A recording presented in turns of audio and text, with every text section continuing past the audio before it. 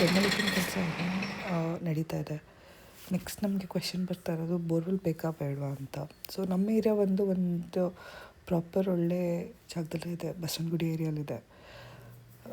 ಇಷ್ಟು ವರ್ಷ ನಮಗೇನು ನೀರಿನ ತೊಂದರೆ ಆಗಿಲ್ಲ. ಬೋರ್ವೆಲ್ ಬೇಕಾ ಬೇಡವಾ ಅನ್ನೋದು, ಬೋರ್ವೆಲ್ ಹಾಕ್ಸಿದ್ರೆ ಸಾಲ್ಟ್ ವಾಟರ್ ಬರುತ್ತೆ, ಸಾಫ್ಟ್ನರ್ ಹಾಕ್ಸ್ಬೇಕು, ಅದಕ್ಕೆ ಮೇಂಟೆನೆನ್ಸ್ ಎಲ್ಲ ಇರುತ್ತೆ.